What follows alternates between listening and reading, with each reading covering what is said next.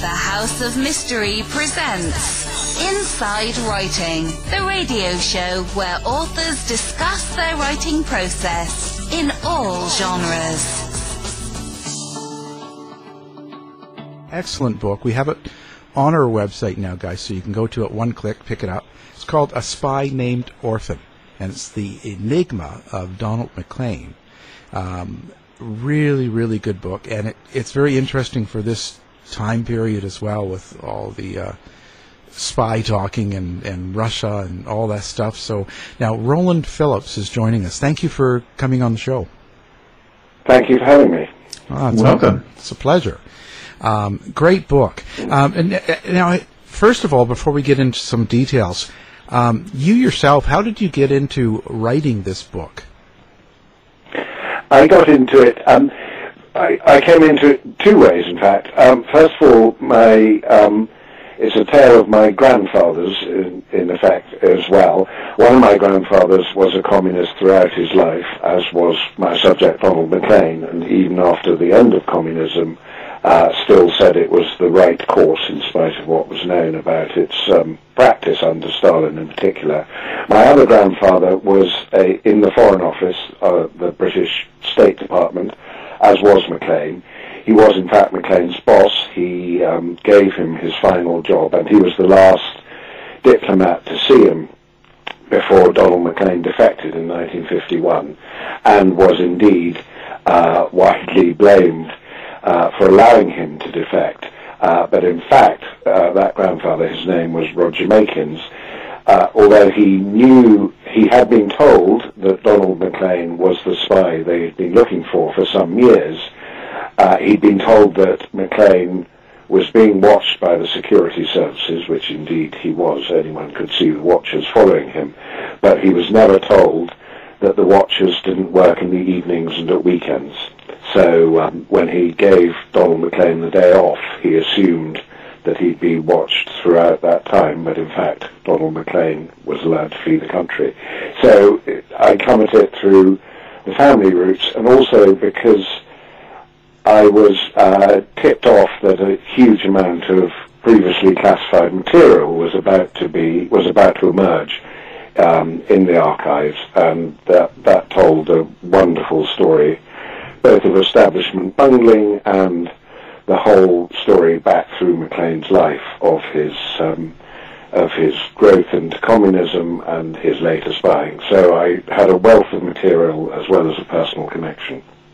So now he was born in Britain, and how did he get into having such extreme views on the left side, like being a commie or Marxist?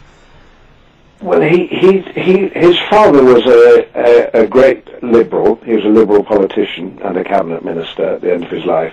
He was also a devout churchman, Presbyterian, instilled in all his children that one should follow one's conscience, whatever the conscience was telling you. He didn't mean it to mean communism. I think he meant something more spiritual.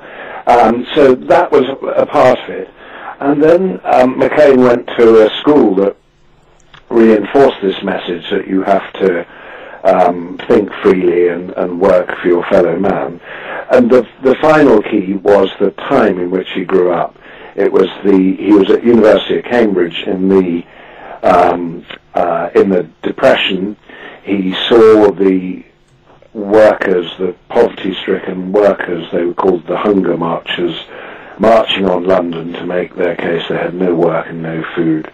He saw the rise of fascism in Europe, Hitler and Mussolini, and the terrible things that came about there. They were very much aware of the damage the First World War had wrought on the generation above them, and he decided that communism was the only way to world peace, and that was what he held dear to until the end of his life in 1983. Wow. Now, so when we get his life, when he's in the university, did he have any relationships? Was he seeing a lady at the time, or was this all before? This was all before. So at university, that's when he burst into communism really after his father died in his first year at university, and he made friends there with, amongst others, Kim Philby, who was also a later spy, and went on marches and was a staunch member of the University Socialist Society, and that's where he got really indoctrinated, sitting up late at night in smoke-filled rooms in Cambridge, talking about all this.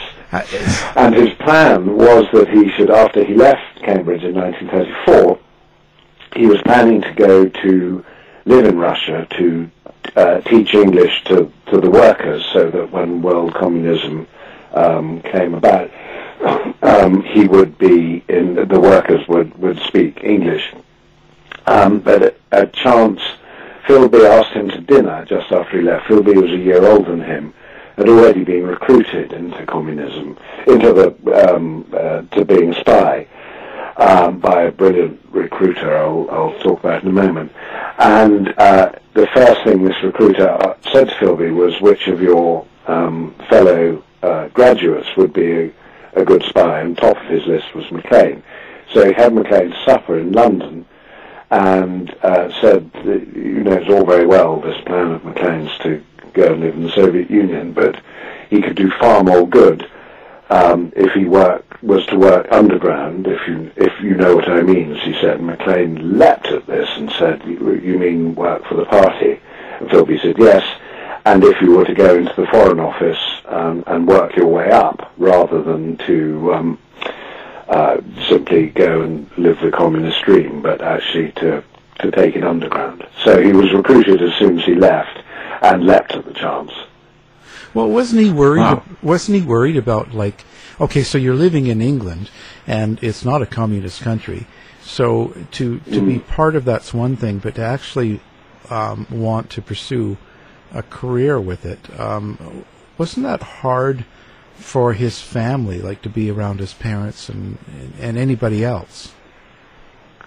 Well, he was always able, until the Cold War got going after the Second World War, he was always able to separate the two parts for himself completely. And of course, Russia was not the enemy that she later became, but indeed an ally. And Maclean seemed able to live the two lives. He was a remarkable diplomat. He was very quickly promoted up the diplomatic ladder, at the same time as he was the single most prolific and important spy the Russians had in the country. So he seemed completely able to live the two lives. He later said how much he loathed spying. He said it was like being a laboratory attendant, a terrible business, but someone has to do it.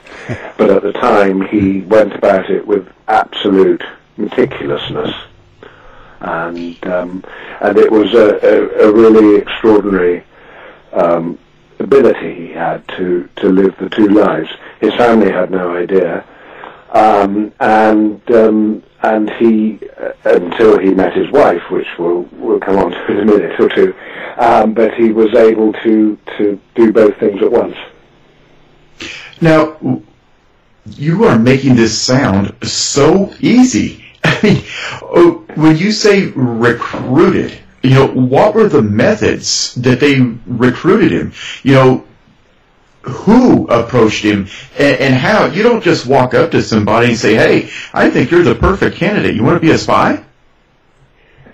Absolutely. The recruiter was a brilliant man called Oscar Deutsch, who was a Viennese Jew who'd studied chemistry. He was brilliant. He'd got his PhD at the age of only 24. And he'd been a chemist, in fact, but has a sideline psychology. And after he left the University of Vienna, he worked with a pupil of Freud's in the psychological department. And when he came to London, he was already signed up to the forerunner of the KGB, the NKVD. And he came to London, and he was the first recruiter to realize that if you could find the young ideologues out of the good universities who were going to go into the professions that ran Britain, you could recruit them young. Any communist sympathies that they had at university could be put down to youthful idealism, and then they would work their way up.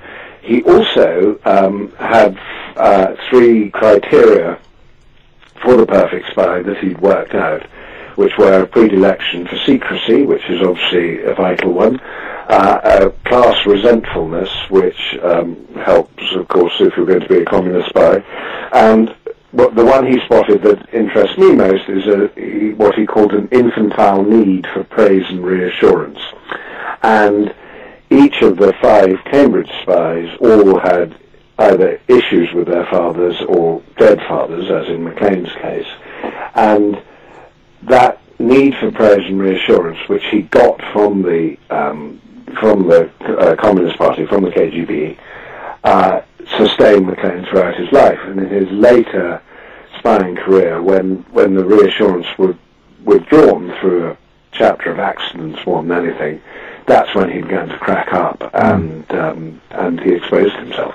And so Oscar Deutsch, Arnold Deutsch, his cousin was Oscar, who invented who brought about the Odeon cinema chains, which stands for Oscar Deutsch Entertains Our Nation.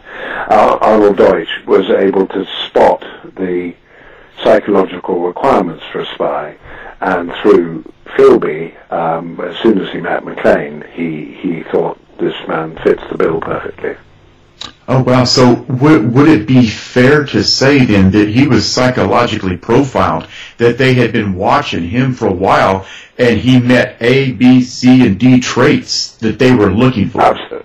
Absolutely right. And he completely, that's a good way of putting it. He was psychologically profiled. And after he'd been recruited by Deutsch said, work your way, you'll be a sleeper, you'll work your way up the Foreign Office and you'll come into your own later on.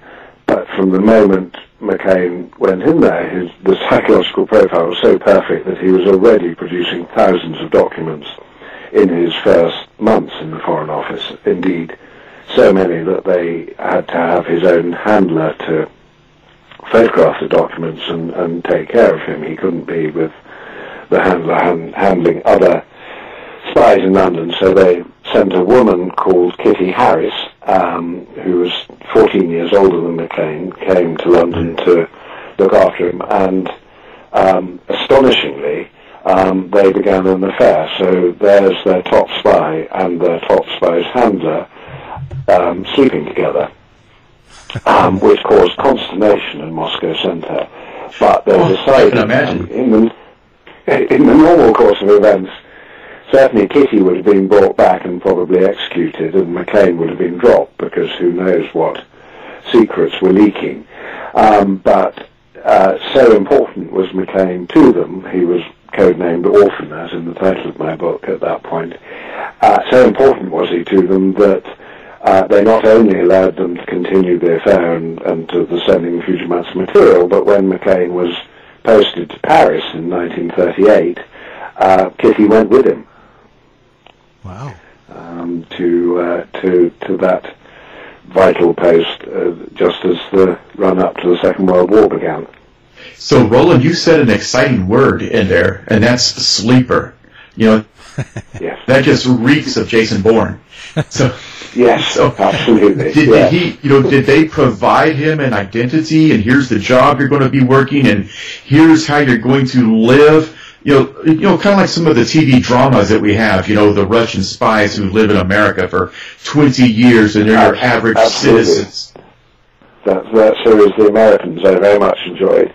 Well, he was absolutely, because he was living the life anyway, because he was a very good and successful diplomat, they didn't need to provide any cover or backup materials, all the cars they have in those dramas or anything, because he simply in the day went about his work, and in the evenings would take home briefcases full of documents. There was no security in the Foreign Office at all. There wasn't even a security officer until the Second World War.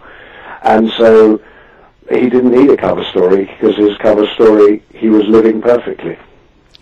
So when it gets to that, what I was going to get into that. How could they not realize that he was, passing on so many documents and doing so much? Like, is it because they didn't want to believe he was a spy, or what was the story? It was quite simply an atmosphere of trust that the British establishment worked in. I think it worked in that atmosphere of trust until, in fact, McLean defected. That was the first rupturing of that. They believed that anyone who'd been to the right school and the right university, he had the right father. Remember, his father had been a cabinet minister and was a knight. That they could not be trustworthy. Indeed, McLean was asked at his interview for the Foreign Office. They said, "We note you were very left-wing at university. Are you still?" To which he answered, "I'm working on it," quite truthfully. And they said, "That's fine, in you come." And they simply trusted McLean and his ilk throughout, which once they were looking for the spy in the late 1940s and early 1950s, when they had evidence that there had been a spy in the British Embassy in Washington, uncovered by a remarkable National Security Agency decoding operation, they quite simply refused to look at anyone senior, including McLean, for some 3 years. Their first reaction on being told there'd been a spy was, "It won't be a senior man, we must look at anyone junior who had a nervous breakdown." They simply believed their people were honest. Well, lesson learned. Yes, absolutely. Yeah. Now, did he marry Kitty, or what happened there? No, he didn't marry Kitty. When he was in Paris in 1938, in fact, in late 1939, after the war had started, he was still spying there, and Kitty was still his handler and lover. But one day on the left bank in Paris, he didn't really like the whole stuffy, diplomatic, entertaining atmosphere, much preferred to prowl around amongst the bohemians and intellectuals on the left bank. And one day he went into a cafe on the left bank and saw a frail, waif-like woman called Melinda Marling, and fell instantly in love with her. Melinda was American. Oh. She came from quite a broken home. There was quite a lot of money there, though. She'd gone to Paris to be at the Sorbonne University with her sister. And I believe, and the first clue to Melinda's character came when I learned that the American embassy in Paris had said to all the American citizens, as war had come closer, and by the time Donald McLean met Melinda, the war had been underway for 2 months. The American embassy had told all its citizens to go home. Melinda's sister had gone home, leaving her behind, and I get from that Melinda loved the thrill of danger. She disobeyed that rule, so she was in France, which was shortly going to be invaded. And when she met Donald, she first of all didn't want to have anything to do with him because he looked like a stuffed shirt British diplomat. So he took the second gigantic risk of his espionage career and told her he was a spy, at which point she fell in love with him because, as I say, I think she loved the thrill that gave her of secrecy. So, but Kitty continued to have to move out of his flat, but continued to handle his espionage until he had to leave France in a hurry after the German invasion in June 1940.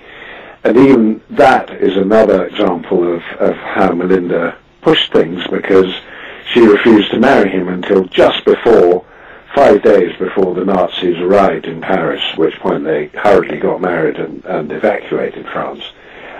And it's the only black mark on McLean's file in the Foreign Office is he wasn't on hand to evacuate the embassy because he was off getting married. Oh. Now, did she get involved in his spying, so to speak, or did she just approve of it and let him do it? she didn't get involved until right at the end of his spying career in 1951. So McLean's great espionage time was when he was in the British Embassy in Washington between 1944 and 48, and he gave away from there the shape of post-war Europe, all the negotiations up to the Yalta Conference. He gave away the formation of NATO. He gave away, most importantly, he was on the Atomic Energy Commission. Oh, wow. Now that puts him... And, yes. He had an access all areas pass to the Atomic Energy Commission, which even his boss, my grandfather, didn't have.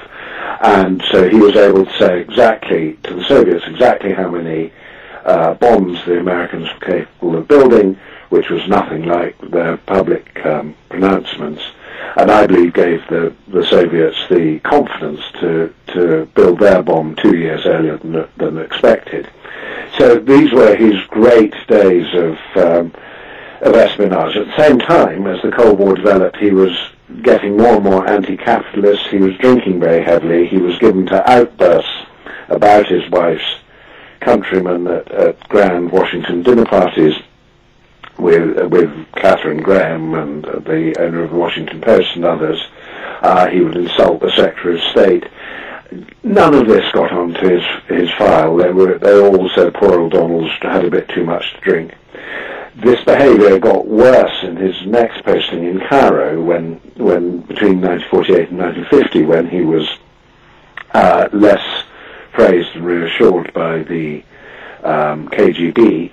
And at that point, and when I first started reading about him, I couldn't understand why Melinda didn't leave him at this point, because there are several stories. There's a terrible picnic on the Nile at which he tries to throttle her and has to be dragged off by some of his countrymen.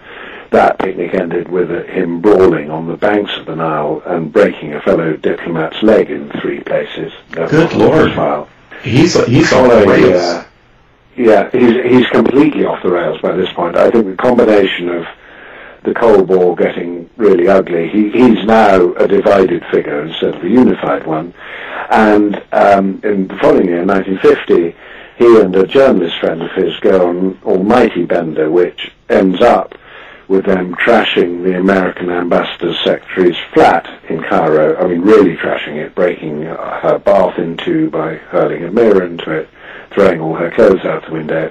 Again, none of this gets onto his file, because they simply don't want to hear tittle-tattle, as they put it, about so able an officer. In spite of all this, he's able to go to work and be brilliant all day.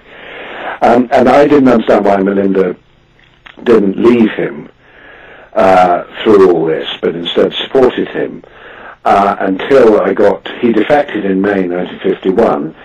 And when I saw the Secret Service files on the defection, as I said at the beginning, they were following him, they were tapping his telephone, and I found lies from her on the telephone after he'd defected, which make it absolutely plain she knew what he was up to.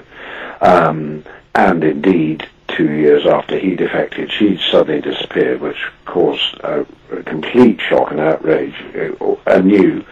So I believe that she did know that he was a spy. She may not have known the detail, and she rather enjoyed that and was protecting him and looking out for him.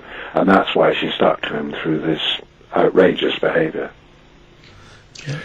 Well, did she never think that if he gets captured or if he gets caught, this is all going to come back to me too? I'm going to go into the gallows with him. Well, or was it worth it to her? I think she felt that this was the way her life was exciting and the way it was going to be, and she was going to support him and stand by him. I mean, the biggest irony of all is that when she does go, so she defects herself with their 3 young children in 1953, and when Kim Philby, things get too hot for Kim Philby a decade later, and he goes to Moscow, and they're quite friendly, the Philbys and the McLeans, but then Philby, who had to betray everybody he ever knew, betrayed his first recruit, Donald McLean, and went off with Melinda, and they lived together for 3 years in Moscow. So she didn't leave him until they were safely in Moscow, at which point she went off with his recruiter. I mean, that's a huge irony. Yes, it is. So what was it that exactly made him defect to Russia? Well, there was a decoding opera. Every telegram that left the United States from Moscow during the war, a copy had to be lodged with the Western Union offices. So after the war, there were hundreds of thousands of telegrams, all in code, all in they believed, all in one time. They'd been put into a one-time code, which means that each telegram would have had a new code set up and therefore be uncrackable.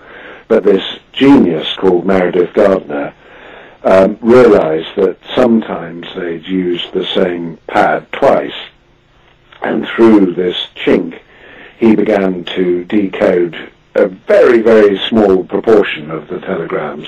Indeed, when the operation was wound up in 1980, they'd only decoded 15% of the telegrams.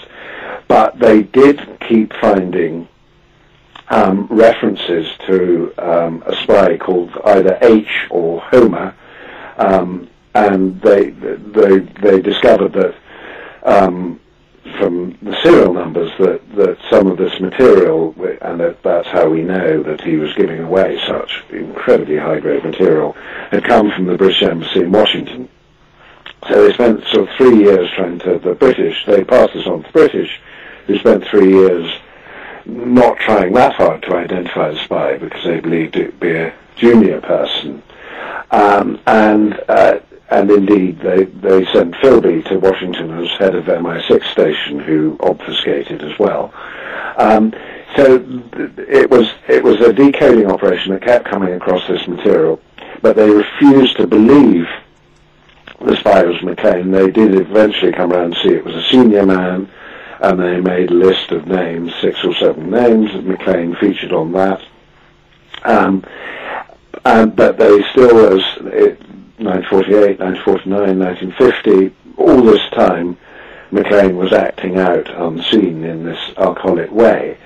And then in early 1951, they decoded a tiny fragment that said Homer will be coming to Tyre, which is what they call New York, weekly to see his pregnant wife. And Melinda had been pregnant when they arrived in June 1944, and that made them realize it was McLean. Even so, the heads of the Foreign Office in London said it can't be him, it must be someone else. But that was the smoking gun that caught him. Roland, McLean got to hear about this from Philby, and then Philby organized his defection. Roland, this is kind of a sidebar here. We're talking about spies, and the traditional view of spies is everything is so super secret. Nobody knows who they are, and, they're doing all these fabulous things behind the scene, and, the espionage and, the intrigue. But throughout our discussion, I'm sitting here thinking it's almost like everybody knew who everybody else was. And there really wasn't anything secret about it. It was just a matter of things catching up to them. And Donald starts blowing his cover early just by acting like a jackass. Absolutely, and that's what's extraordinary, is that the trust in him was so absolute, and indeed his work was so extremely good. His legitimate work was so extremely good that even though he's acting like a jackass, they think he's our jackass. He's brilliant. We have no reason to think he's a spy, but hiding in plain sight is the best disguise for a spy. So exactly. So even even when after they knew it was a senior man and he was on the list of possible spies, they still made him head of the American department in London, just at the beginning of the Korean War. I mean, they simply could not have been more blind to the possibilities of this spy. So my work is so good that you have to ignore all this other behavior that could put so much at risk. Absolutely, and he was tall, he was beautifully dressed, he'd been to the right school, he'd been to the right university, he'd done the work, he never was drunk in the office or appeared hungover.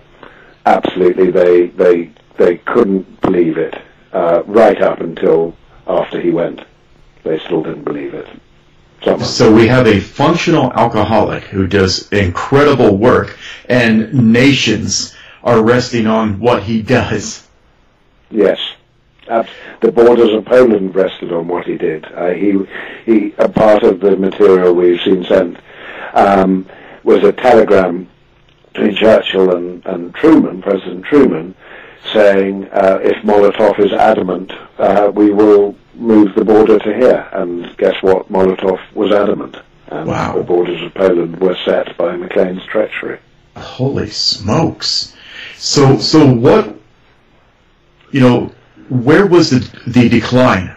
Where did he mess up and start heading south? Pardon the pun. He started heading south, or maybe east, when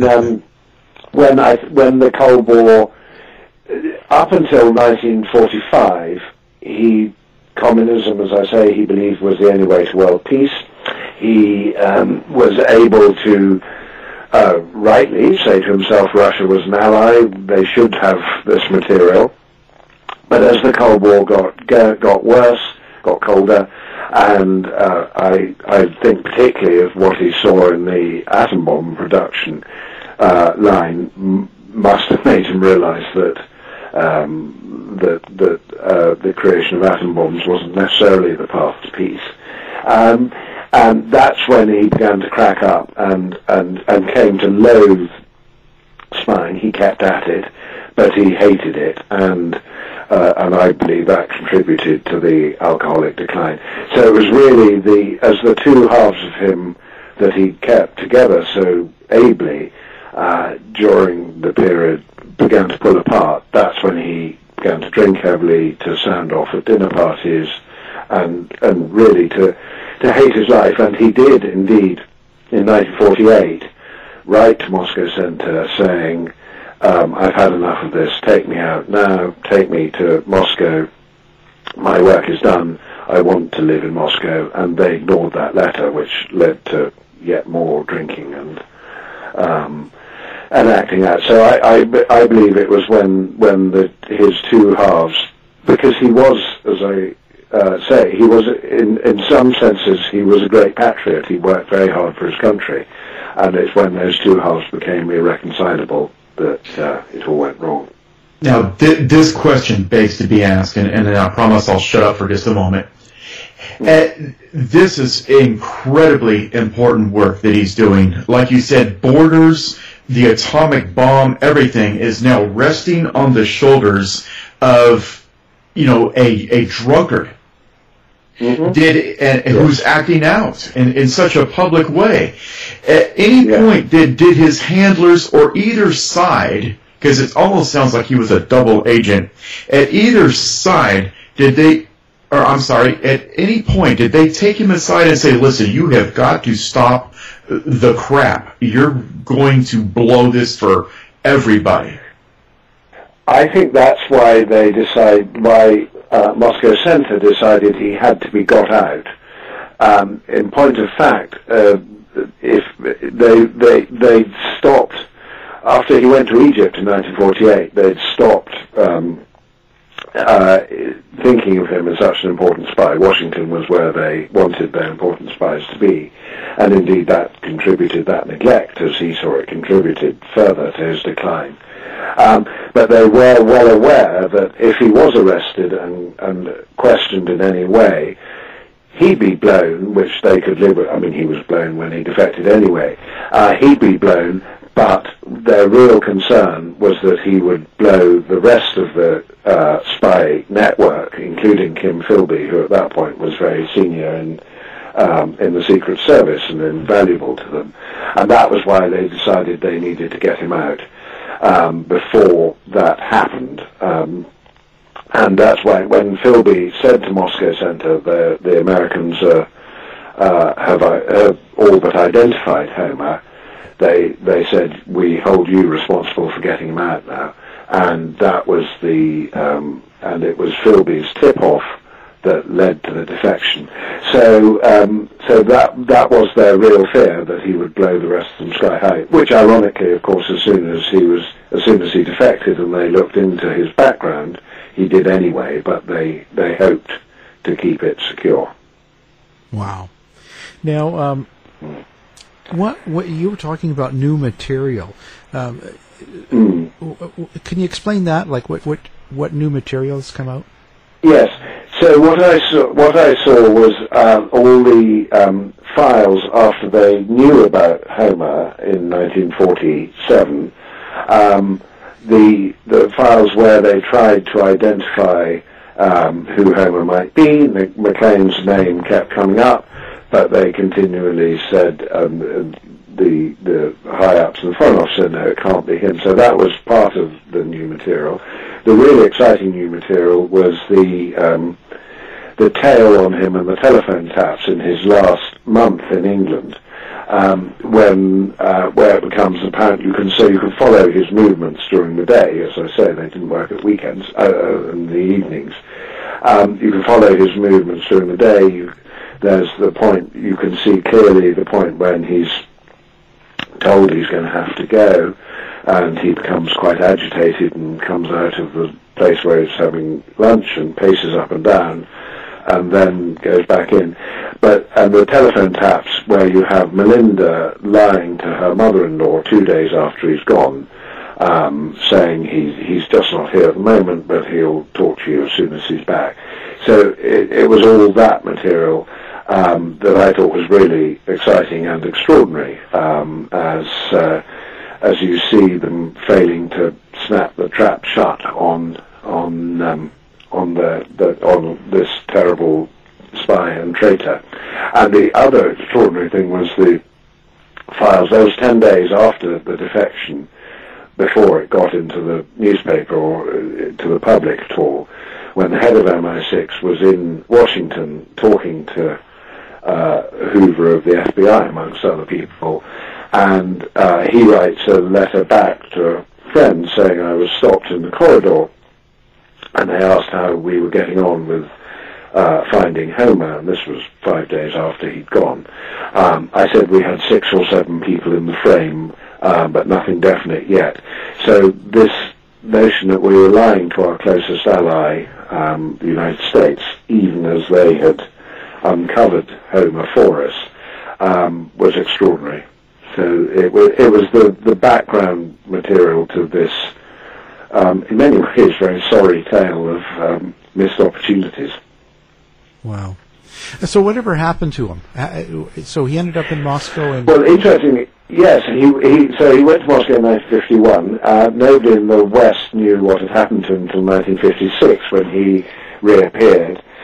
He gave a press conference just before Khrushchev came to Britain, and that was deliberately timed so that this wouldn't be the main topic of conversation for Khrushchev when he did come.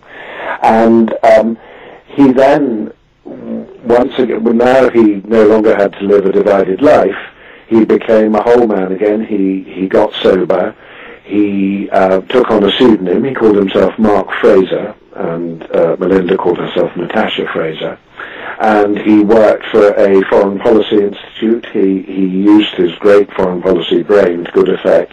It was an academic teaching institute. He wrote many papers under the name Mark Fraser. He wrote a book in 1970, which was when he became Donald McLean again, and he chose a different name before that so that it wouldn't deflect attention from the very good work he was doing. He was slightly on the dissident wing. He still worked for the underdog of Russian society. And the great sadness of his life, after Melinda came back to him after the affair with Philby, But then in the 1970s, Melinda and all his 3 children and Russian grandchildren all left Moscow. Some went to the United States, some came to England. So he was all alone. But I think in some sense he believed that this was the right thing, that because of his actions his children shouldn't not live the life they would have lived in America or England.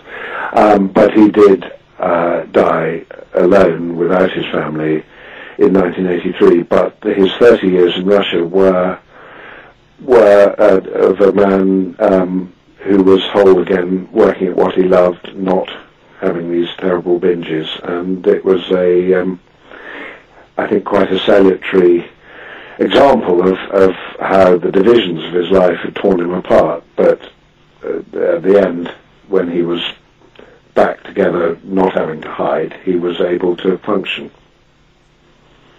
One more, Roland. After what you just said, once the pressure was off of him, he was able to reestablish his life and live a relatively normal life.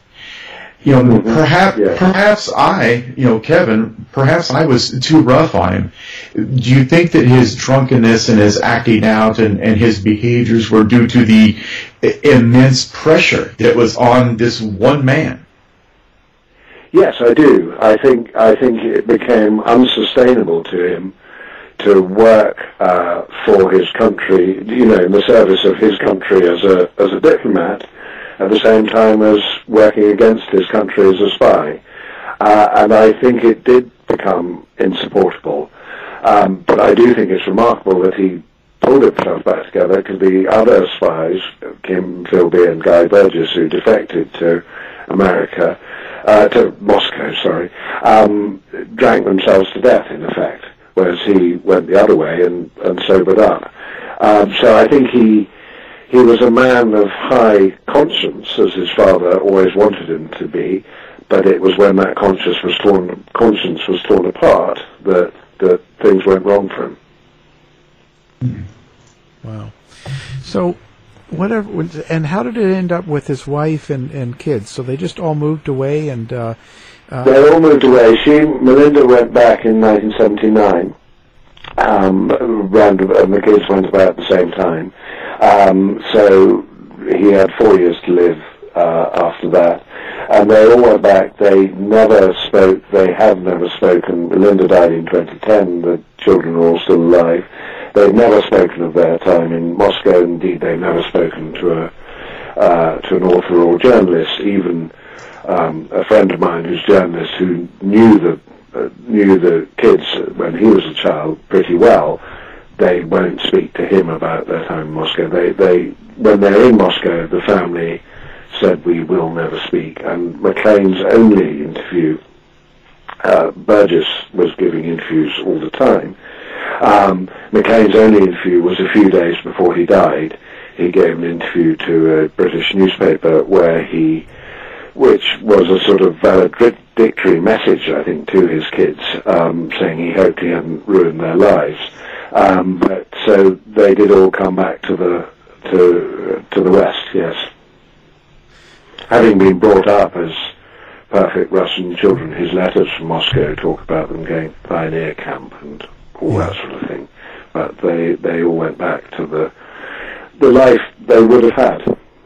So what do you think the legacy is that he's left?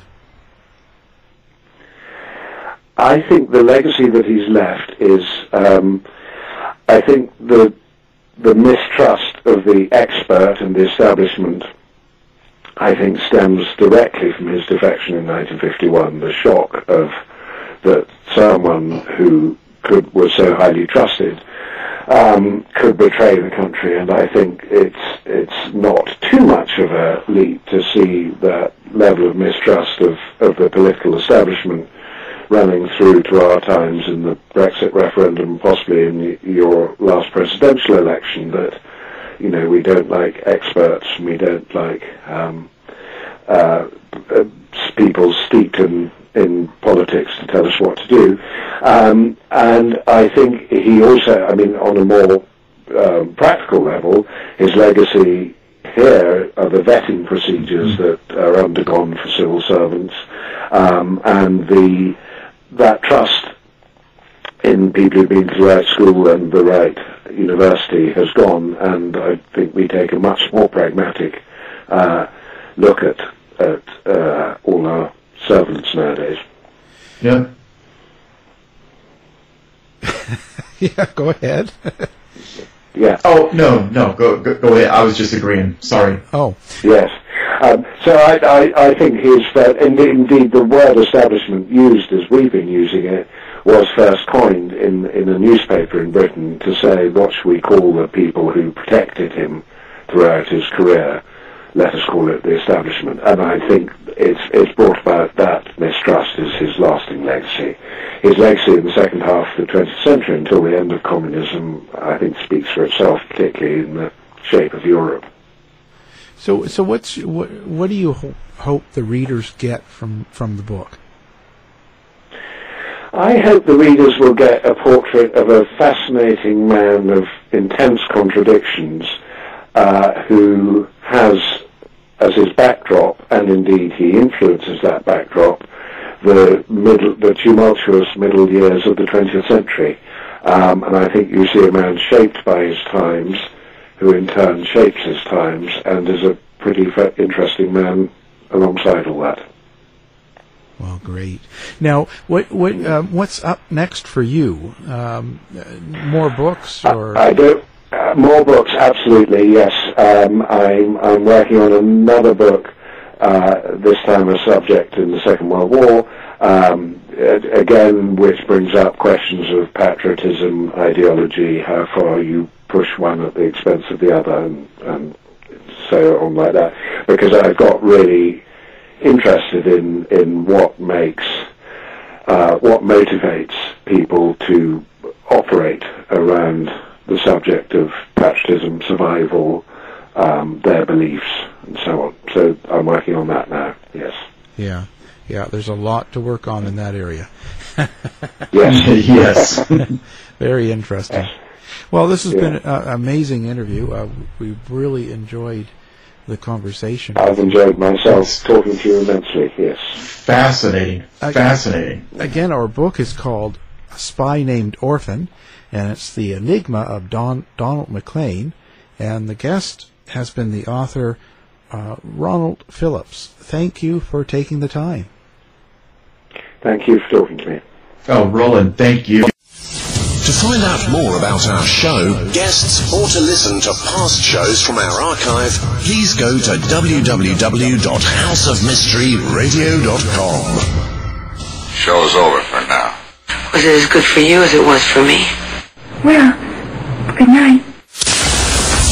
This has been a production of Something Weird Media. I'll be back.